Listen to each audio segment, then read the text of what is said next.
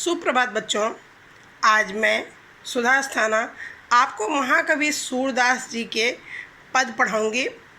आप इसकी व्याख्या अच्छी प्रकार से समझिएगा। ये 4 मैंने आज आपको पद पढ़ाने की बात सोची है। तो आपको अगर पद आता है तो सबसे पहले आपको क्या करना होता है, सबसे पहले संदर्भ लिखना होता है। संदर्भ आप क्या लिखेंगे कि प्रस्तुत पद हमारी पाठ्यपुस्तक काव्य संकलन के महाकवि सूरदास जी के पद नामक पाठ से अवतरित है। इसके कवि महाकवि सूरदास जी हैं। उसके बाद आपको लिखना होता है प्रसंग।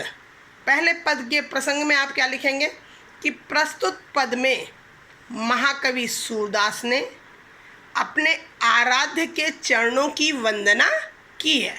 आराध्य मीन्स जिसकी आराधना की जाती है। ध्यान दीजिएगा। चरण कमल बंदौ हरिराई, जाकी कृपा पंगु गिरि लंघे, अंधे को सब कुछ दर्शाई। क्या कहते हैं कवि, देखो ध्यान से।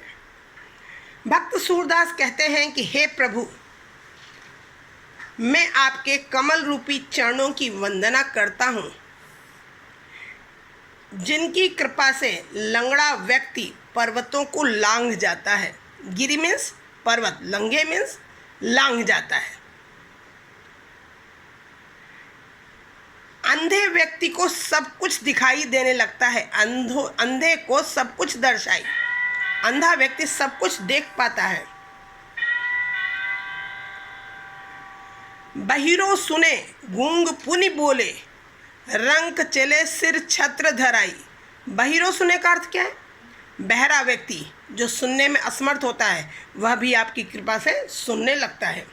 गूंगा व्यक्ति जो बोल नहीं पाता वह आपकी कृपा अगर हो तो बोलने लगता है।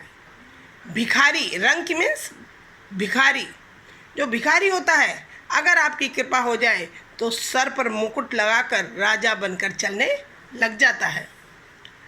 सूरदास स्वामी करुणा में बार बार बंदौ तिहि पाई। सूरदास जी कहते हैं कि हे करुणामय स्वामी श्री कृष्ण। सूरदास जी ने श्री कृष्ण की भक्ति की थी, उनके आराध्य देव श्री कृष्ण थे। इसलिए सूरदास जी कहते हैं कि हे करुणामय स्वामी श्री कृष्ण, मैं आपके अद्भुत चरणों की बार बार वंदना करता हूँ। आया बच्चों समझ में? अब हम दूसरा पद पढ़ें। इसमें भी आपको संदर्भ उसी प्रकार से लिखना है। संदर्भ मैंने आपको बताया ऊपर। इसका प्रसंग मैं फिर बताती हूँ आपको। प्रसंग क्या होगा कि श्री कृष्ण का पालन ग्वालों के परिवार में ही हो रहा था।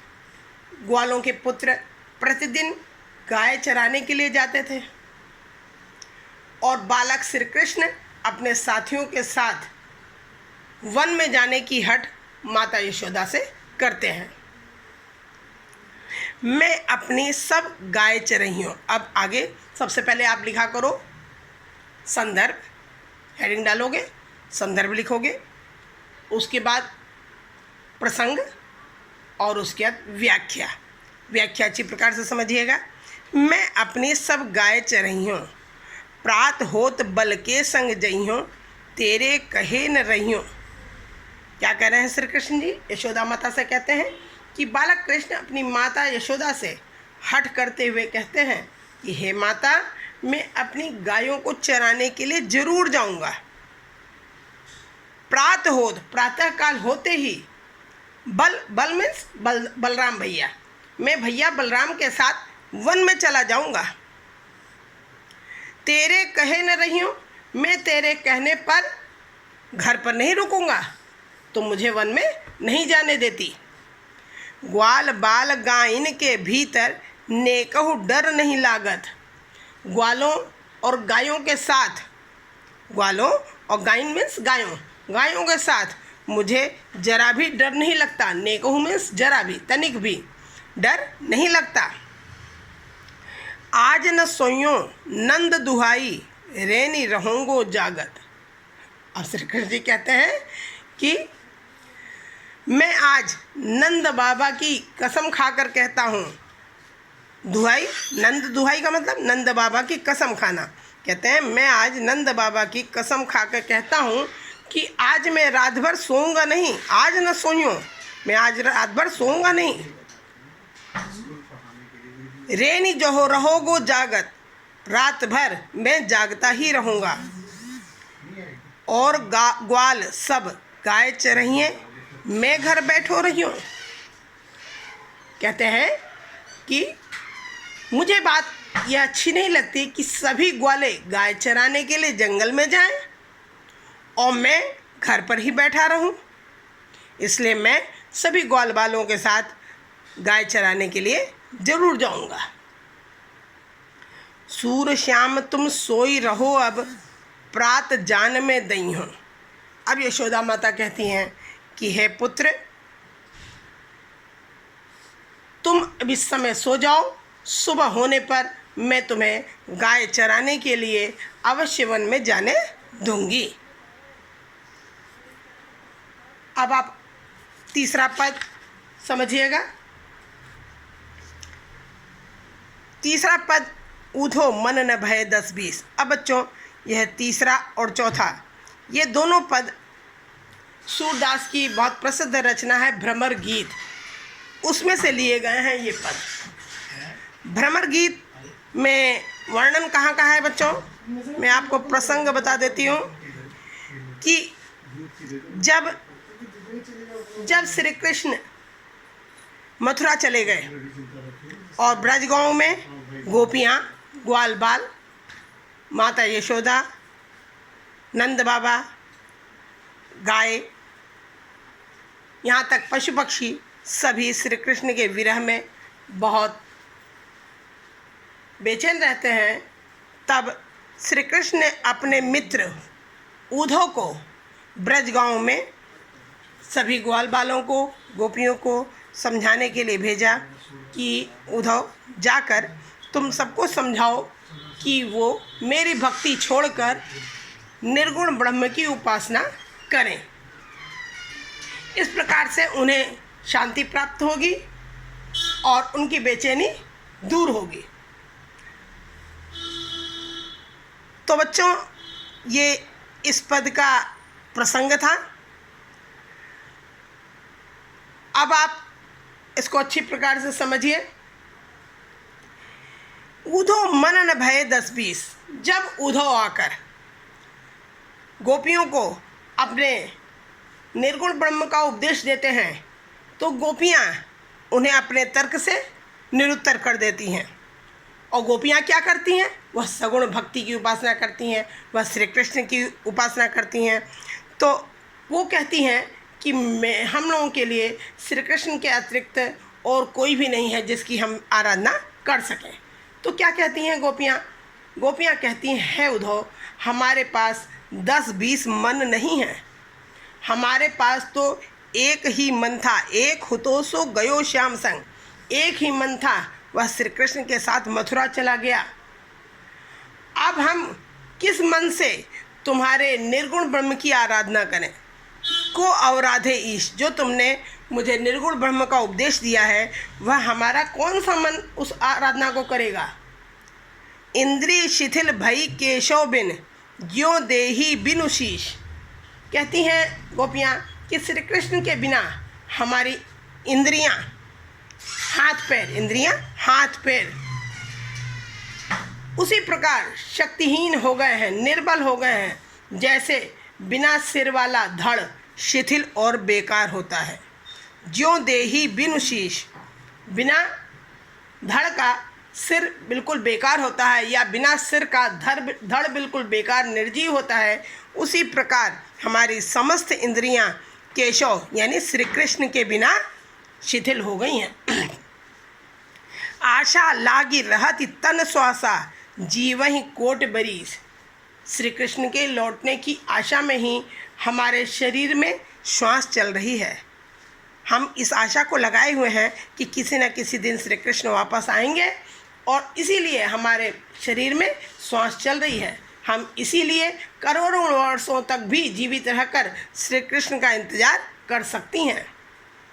तुम तो सखा श्याम सुंदर के सकल जोग के ईश, हे उद्धव आप तो परम सुंदर श्री कृष्ण के मित्र हो, सखा हो और सभी प्रकार के योगों के स्वामी हो, सकल योग के ईश, अर्थात आप ही श्री कृष्ण से हमारा मिलन करवा सकते हो। सूर हमारे नंद नदन बिनु और नहीं जगदीश। सूरदास जी कहते हैं कि गोपियों ने उद्धव को स्पष्ट रूप से बता दिया है कि नंद जी के पुत्र श्री कृष्ण के अतिरिक्त हमारा और कोई ईश्वर नहीं है, अर्थात श्री कृष्ण ही हमारे एकमात्र आराध्य हैं। हम उनके बिना आपके इस निर्गुण ब्रह्म की उपासना को करने में असमर्थ हैं। और बच्चों, एक और पद हम पढ़ेंगे, भ्रमर गीत से ही लिया गया है। निर्गुण कौन देश को बासी। अब देखो इसका प्रसंग आप लोग अच्छी प्रकार देखना कि व्रज में पहुंचकर उद्धव गोपियों को निर्गुण ब्रह्म का उपदेश देते हैं। गोपियां साकार ब्रह्म की उपासक हैं, वो श्री कृष्ण की भक्ति करती हैं। वे उनकी बात को गंभीरता से नहीं सुनती और उद्धव द्वारा बताए गए निर्गुण ब्रह्म का उपहास करती हैं। और किस प्रकार से उद्धव से कहती हैं, मजाक करती हैं कि हे उद्धव, मधुकर भी उद्धव के लिए ही कहा गया है, तो कहती हैं हे उद्धव, यह जो निर्गुण है, जो निर्गुण ब्रह्म तुम हमें उपासना के लिए दे रहे हो, यह किस देश का रहने वाला है, किस देश का निवासी है। मधुकर कहीं समझाए सोह दे, सोह दे में शपथ, हम शपथ देकर सच सच पूछ रही हैं, हंसी नहीं कर रही हैं। कहती हैं हम हंसी नहीं कर रही हैं, बूझती सांच न हंसी, हम सच सच पूछ रही हैं, हंसी नहीं कर रही हैं। हमें यह बात पूरी तरह समझा कर बताओ कि निर्गुण ब्रह्म का को है जनक, जनक मीन्स पिता, कौन उसका पिता है, कौन है जननी, उसकी माता कौन है, कौन नारी, उसकी स्त्री कौन है, और कौन है दासी, और उस निर्गुण ब्रह्म की दासी कौन है। कैसे बरन भेष हो, कैसे उसका रंग और वेश कैसा है। बरन मीन्स रंग, उसका रंग कैसा है और उसका वेशभूषा कैसी है। कि रस में अभिलाषी, उसे किस रस में ज़्यादा उसका लगाव है। पावे गो पुनि कियो आपनो जोर करोगो गासी। कहती है यदि तुम हमसे कपट करोगे तो उसका फल स्वयं ही तुम्हें भोगना होगा। सुनत मोन वे रेहो बावरो सूर सबे मति नाशी। सूरदास जी कहते हैं कि गोपियों के ऐसे तर्कपूर्ण प्रश्नों को सुनकर उद्धव चकित रह जाते हैं और उनका समस्त विवेक नष्ट हो जाता है। सूर सबे मति नाशी, मति मीन्स विवेक, उनकी बुद्धि, समस्त बुद्धि उनकी नष्ट हो जाती है, समाप्त हो जाती है कि गोपियाँ श्री कृष्ण से कितना अनन्य प्रेम करती हैं, वो उनकी अनन्य भक्ति करती हैं। इस बात को सोचकर स्वयं उद्धव भी कृष्णमय हो जाते हैं।